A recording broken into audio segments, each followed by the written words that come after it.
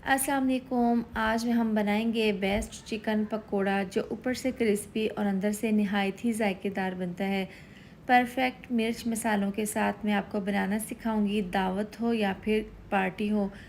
इससे best recipe कोई नहीं, तो एक बार इसको ज़रूर ट्राई करें। तो चलिए बनाना शुरू करते हैं। सबसे पहले हमने यहाँ पर चिकन को बॉईल कर लेना है। चूल्हे पर मैंने पानी को उबलने के लिए रख दिया था। इसके अंदर छोटी इलायची, बड़ी इलायची, दालचीनी के 2 टुकड़े डाल देंगे। साथ ही डाल देंगे 2 चम्मच इमली। इसके साथ ही 1 चम्मच भरकर डाल देंगे नमक, 1 चम्मच लाल मिर्चों का पाउडर, आधी चम्मच हल्दी पाउडर डाल देंगे। इसके साथ ही चिकन डाल देंगे। 1 किलो मैंने यहाँ पर चिकन लिया है और लेग वाले पीसीज हैं। एक दफ़ा इसको अच्छे से मिक्स कर लेंगे और तेज़ आंच पर हम इसको पकने के लिए रखेंगे। इसको हमने यहाँ पर 95% चिकन को गला लेना है और यहाँ पर 12 मिनट हो गए हैं इसको उबलते हुए। अब यहाँ पर देखें, इसका पानी हाफ़ रह गया है और चिकन भी 95% गल चुका है। अब यहाँ पर हमने क्या करना है, इसको हम छान लेंगे और चिकन को हम ठंडा कर लेंगे। इसके बाद इसकी ज़बरदस्त सी मैरिनेशन तैयार कर लेंगे। एक बाउल में 2 चम्मच डाल देंगे बेसन, आधी चम्मच डाल देंगे लहसुन पाउडर, 1 चम्मच कुटी हुई लाल मिर्च, 1 चम्मच धनिया पाउडर। इसके साथ ही जाएगा इसके अंदर नमक 1 चम्मच। ये डालने के बाद इसके अंदर डाल देंगे हम आधी चम्मच पिसा हुआ गरम मसाला, 2 से 3 चम्मच सोया सॉस, 2 चम्मच डाल देंगे रेड चिली सॉस। ये डालने के बाद लेमन का रस डाल देंगे अच्छे से फ्लेवर के लिए और जायके के लिए। थोड़ा सा ज़रदा फूड कलर डाल देंगे, इसको मिक्स कर लेंगे।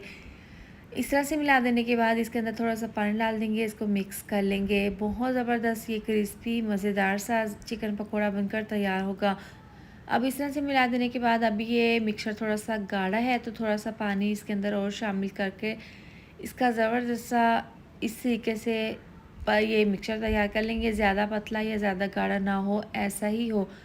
अब जो हमने चिकन बॉईल करके रखा था उसको हमने ठंडा कर लिया है। इसके बाद ये तमाम लेग वाले पीसेस इस मिक्सचर में डाल देंगे और हाथों से इसको अच्छे से इस तरह से मिक्स करके तमाम मसाला इसके ऊपर लगा लेंगे।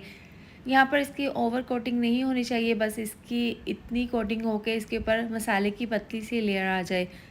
अच्छे से तमाम पीसीस पर हमने ये मसाला अच्छे से लगा देना है। इसके बाद इसको हम रखेंगे तकरीबन 1 घंटे के लिए रेस्ट के लिए। आप इसको फ़ौरन भी फ्राई कर सकते हैं, लेकिन आप इसको अगर रेस्ट के लिए रखेंगे तो ज़्यादा इसके अंदर टेस्ट आएगा, क्योंकि मसाला का फ्लेवर ना इसके अंदर तक जाएगा जब हम इसको मैरिनेट करके रखेंगे।